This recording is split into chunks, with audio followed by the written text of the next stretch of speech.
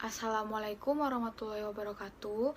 Kami dari kelompok 1 yang beranggotakan saya sendiri Maulia Trofiko dan teman-teman saya yaitu Belva Diondi, Nuraini Erika, Syafitri Nurfiza, dan Stefani Eunike Harianja. Hari ini kami akan mempresentasikan materi kami yang membahas tentang konsep etika. Untuk pertama akan dimulai dari saya sendiri. Pengertian etika. Etika atau etimologi berasal dari bahasa Yunani adalah ethos, yang berarti hati nurani ataupun perikelakuan yang pantas atau yang diharapkan. Secara sederhana, hal itu kemudian diartikan sebagai ajaran tentang perilakuan yang didasarkan pada perbandingan mengenai apa yang dianggap baik dan apa yang dianggap buruk. Menurut para ahli, etika tidak lain adalah aturan perilaku, adat kebiasaan manusia dalam pergaulan antara sesamanya, dan menegaskan mana yang benar dan mana yang buruk. Perkataan etika atau lazim juga disebut etik, berasal dari kata Yunani ethos yang berarti norma-norma, nilai-nilai, kaidah-kaidah, dan ukuran-ukuran bagi tingkah laku manusia yang baik. Etika berhubungan dengan perilaku atau behavior dan perbuatan yang seharusnya diterapkan orang dalam bermasyarakat. Pada dasarnya, etika berkaitan dengan budi pekerti, kegiatan-kegiatan bermasyarakat seperti kegiatan sosial, ekonomi, usaha, keagamaan, dan lain sebagainya, dapat menorong munculnya konsep tanggung jawab sosial dalam berperilaku dan berbuat. Sidik mengklasifikasikan filsafat etika ke dalam 4 cabang etika tersebut, yaitu meliputi yang pertama, etika deskriptif. Etika deskriptif berkenaan dengan perilaku benar dan baik yang sebagaimana yang dipikirkan orang. Etika deskriptif itu mencakup berbagai kajian filsafat dan teori, misalnya ekonomi, politik, dan hukum. Yang kedua, ada etika normatif atau etika preskripsi. Etika normatif tersebut merupakan perilaku yang dinilai sudah seharusnya demikian. Etika normatif tersebut berhubungan dengan kepercayaan atau keyakinan ajaran agama adalah salah satu contohnya. Yang ketiga, ada etika terapan.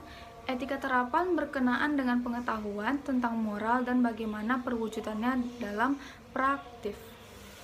Yang keempat, ada etika meta, yaitu etika dalam bisnis dan profesi adalah salah satu perwujudan etika terapan. Meta etika sebagai satu jalan menuju konsepsi dasar benar atau tidaknya suatu tindakan atau peristiwa. Dalam meta etika, tindakan atau peristiwa yang dibahas dipelajari berdasarkan hal itu sendiri dan dampak yang dibuatnya. Oke, kita masuk ke sumber etika. Sumber etika dapat bermacam-macam. Paling tidak terdapat 2 hal tentang sumber etika yang dapat dibahas, yaitu pihak-pihak dengan siapa seseorang dapat belajar etika dan ajaran-ajaran yang dapat digunakan sebagai rujukan etika. Bisa dilihat di gambar. Gambar 1.1 ini menunjukkan interaksi antara individu dan dari pihak-pihak lain dalam kaitannya dengan penerapan etika. Selain interaksi berbagai pihak, gambar 1.1 ini juga menunjukkan ajaran-ajaran yang dapat digunakan sebagai rujukan bagi seseorang dalam berperilaku. Keserakahan dan ketakutan merupakan kendala yang berasal dari dalam diri seseorang saat menerapkan etika. Kesempatan dan konsekuensi adalah kendala yang berasal dari luar individu. Kemudian keluarga merupakan sumber utama dan pertama dalam pembelajaran etika. Masyarakat merupakan pihak kedua sebagai sumber pengetahuan etika.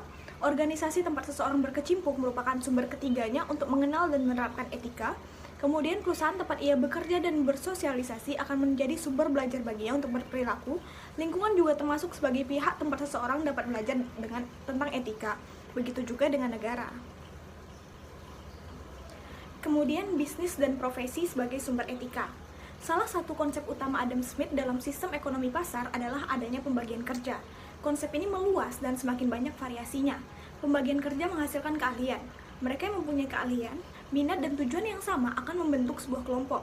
Kelompok ini dapat berbentuk organisasi, profesi, maupun perusahaan. Tidak tertutup kemungkinan bahwa kelompok tersebut berdiri lepas tanpa organisasi, walaupun mereka terikat satu sama lain. Kemudian ada lingkungan sebagai sumber etika. Seseorang dapat belajar banyak tentang penerapan etika dari lingkungan sekitar. Oleh karena itu, di dalam buku ini, lingkungan dimasukkan ke dalam pihak yang berinteraksi dengan individu dalam penerapan etika. Pada dasarnya, lingkungan mengatur dirinya sendiri melalui makhluk agar keseimbangan hidup dapat terjaga sepanjang waktu. Keseimbangan itu ternoda oleh intervensi manusia. Upaya yang saat ini digencarkan adalah menjaga keseimbangan lingkungan sehingga menjamin keberlanjutan kehidupan. Kemudian ada negara sebagai sumber etika. Setiap negara didirikan atas dasar konstitusi sebagai sumber hukum. Etika diinspirasi dari konstitusi, hukum, dan agama. Jika dicermati, konstitusi Indonesia sebetulnya juga sekaligus sebagai sumber perilaku. Piagam Jakarta tanggal 22 Juni 1945 menyatakan bahwa sesungguhnya kemerdekaan itu ialah hak segala bangsa. Dan oleh sebab itu, maka penjajahan di atas dunia harus dihapuskan karena tidak sesuai dengan peri kemanusiaan dan peri keadilan. Kata kemerdekaan di sini dapat diartikan sebagai kebebasan. Hal ini melekat dalam suatu bangsa, termasuk orang-orang yang terhimpun di dalamnya. Kemerdekaan atau kebebasan adalah hak dasar dari setiap manusia. Pembahasan selanjutnya adalah agama sebagai sumber etika. Pengetahuan atau pengertian seseorang tentang etika dapat diperoleh dari ajaran-ajaran agama, budaya, hukum, filsafat tentang etika, dan sistem ekonomi yang dianut. Bagian ini akan membahas mengenai agama, hukum, dan etika, terutama dalam keterkaitannya antara satu dengan yang lainnya. Etika dalam agama dan filsafat yang berkaitan dengan etika akan dibahas pada bab ini sendiri. Demikian juga dengan sistem ekonomi. Budaya tidak mencakup dalam ruang lingkup buku ini, namun pada dasarnya sudah tercakup dalam agama. Norma agama digunakan sebagai pedoman dalam menghayati ajaran agama yang dianut. Selanjutnya, sistem ekonomi. Sistem ekonomi dipandang sebagai sumber pengetahuan tentang perilaku. Sistem ekonomi adalah konsep pemikiran dasar yang dianut suatu negara mengenai bagaimana ekonomi suatu negara akan diatur. Pengaturan ekonomi di suatu negara berkaitan dengan apa yang diatur, siapa yang mengatur, dan bagaimana pengaturan tersebut dilakukan. Dalam sistem ekonomi manapun, pertanyaan tentang apa yang diatur adalah sama, yaitu sumber daya ekonomi itu sendiri yang dimiliki negara tersebut. Tujuannya juga sama, yaitu kemakmuran atau kesejahteraan, keadilan, serta peningkatan martabat kemanusiaan bagi warga itu sendiri. Selanjutnya, keserakahan dan ketakutan. Kendala yang dihadapi oleh seseorang dalam menerapkan etika adalah adanya sifat keserakahan, yang merupakan sifat dasar yang dimiliki setiap manusia. Keserakahan mendorong individu untuk melanggar prinsip-prinsip moral yang seharusnya dia anut. Keserakahan menimbulkan egoisme, di mana kepentingan pribadi yang berlebihan menjadi acuan utama dalam bertindak. Umumnya, keserakahan ini berkaitan dengan hal-hal duniawi seperti tahta yang meliputi uang, keuntungan atau kekayaan lainnya, tahta yang meliputi jabatan atau kekuasaan, dan wanita atau masalah seksualitas. Selanjutnya, ketakutan merupakan penyebab utama keserakahan. Rasa takut karena merasa tidak aman atau rasa takut karena tidak adanya kepastian membuat seseorang berusaha melakukan segala upaya untuk meraihnya. Kalimat segala upaya dapat meliputi hal-hal yang bertentangan dengan nilai-nilai yang seharusnya dianut.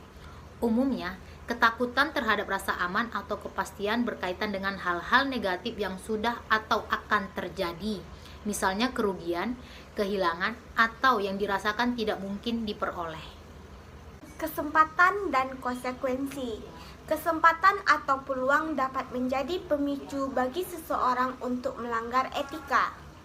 Masyarakat yang permisif terhadap pelanggaran norma atau karena penyimpangan nilai telah dilakukan oleh sebagian besar anggota kelompok yang bersangkutan merupakan kesempatan bagi seseorang untuk ikut melanggar prinsip-prinsip moral yang berlaku. Misalnya, jika korupsi telah dilakukan oleh sebagian besar orang, para pelakunya akan beranggapan bahwa hal tersebut bukan lagi sebagai pelanggaran etika. Konsekuensi adalah akibat atau sanksi yang diberikan kepada seseorang jika ia ketahuan melanggar etika. Konsekuensi dapat berupa probabilitas tertangkapnya suatu pelanggaran. Jika sanksi yang diberikan terhadap suatu pelanggaran berada pada level ringan, hal ini juga akan mendorong seseorang untuk melakukan penyimpangan. Konsekuensi pelanggaran etika ditentukan oleh desain aturan dan daya paksa dalam pelaksanaannya. Sikap, perilaku, dan perbuatan.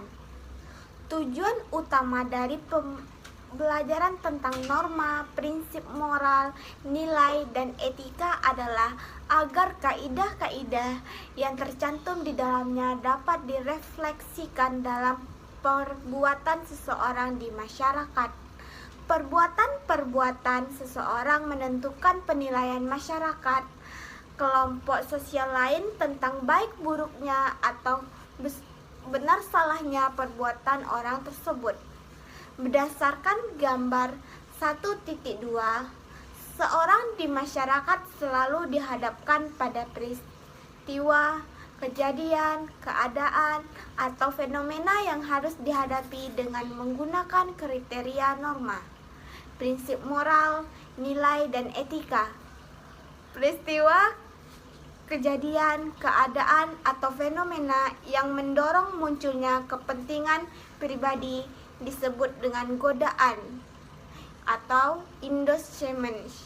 Godaan dalam bentuk kepentingan pribadi memperoleh teman dalam diri seseorang yang disebut dengan keserakahan dan ketakutan. Dari luar, godaan dibantu oleh kesempatan dan konsekuensi. Norma, prinsip moral, nilai, atau etika yang tertanam dalam hati sanubari seseorang merespon godaan melalui keyakinan. Dengan proses kognitif, keyakinan didefinisikan sebagai persepsi atas objek sikap yang diyakini sebagai kebenaran. Perasaan atau feeling merupakan evaluasi positif atau negatif terhadap suatu objek sikap. Perasaan adalah hasil dari proses emosional. Intensi adalah motivasi untuk terikat dalam perilaku menurut objek sikap. Sikap atau attitude didefinisikan sebagai suatu kecenderungan yang dipelajari untuk merespon secara konsisten dengan menyenangkan atau tidak menyenangkan, berkenan dengan suatu objek tertentu.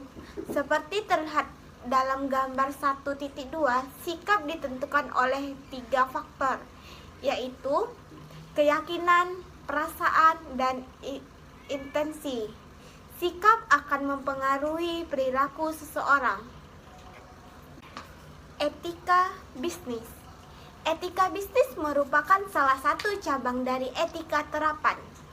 Namun, etika bisnis tidak dapat lepas dari konsep-konsep etika yang lain, seperti agama, budaya, dan filsafat-filsafat etika yang mendasari.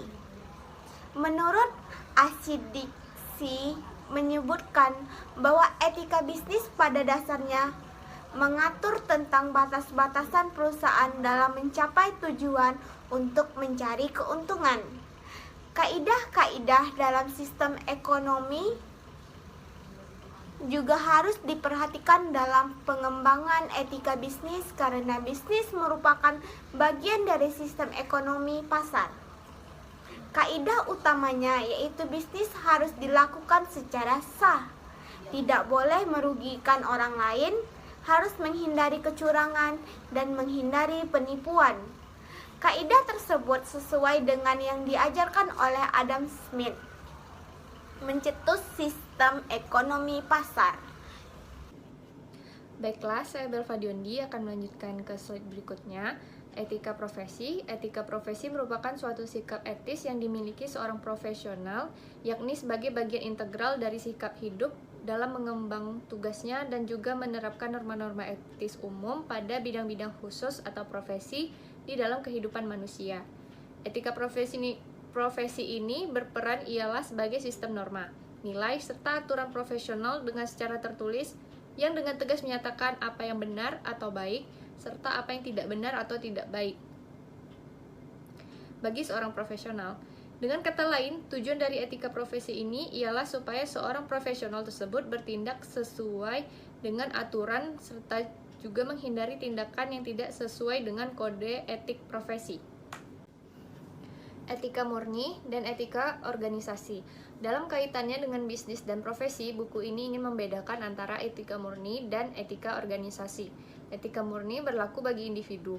Dasar pertimbangannya adalah norma, prinsip moral, dan nilai yang tertanam dalam hati nurani. Sementara etika organisasi adalah kode etik atau rules of conduct atau pernyataan nilai yang dianut oleh organisasi.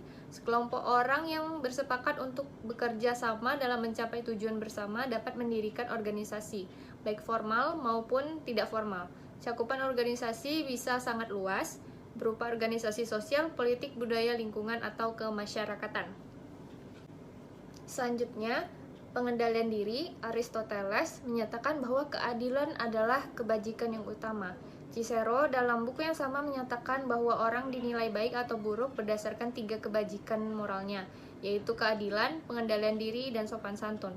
Pengendalian diri merupakan kunci dalam mengatasi persoalan etika. Terdapat 2 perangkat yang dapat digunakan dalam pengendalian diri, yaitu kemampuan nalar dan kata hati nurani. Kedua perangkat ini tentu saja tidak dapat dipisahkan satu sama lain. Nalar berkemampuan untuk menilai perilaku atau perbuatan yang benar atau salah. Nalar memerlukan rasionalitas dan kriteria, misalnya regulasi atau kontrak. Dasar penilaiannya adalah untung rugi atau manfaat mudarat bagi diri seseorang karena setiap orang berusaha untuk memaksimalkan kesejahteraannya. Memaksimalkan kesejahteraan merupakan intensi mengapa motivasi digerakkan. Sekian persentase dari kelompok 1.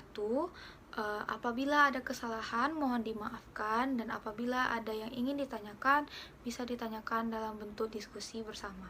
Terima kasih. Assalamualaikum warahmatullahi wabarakatuh.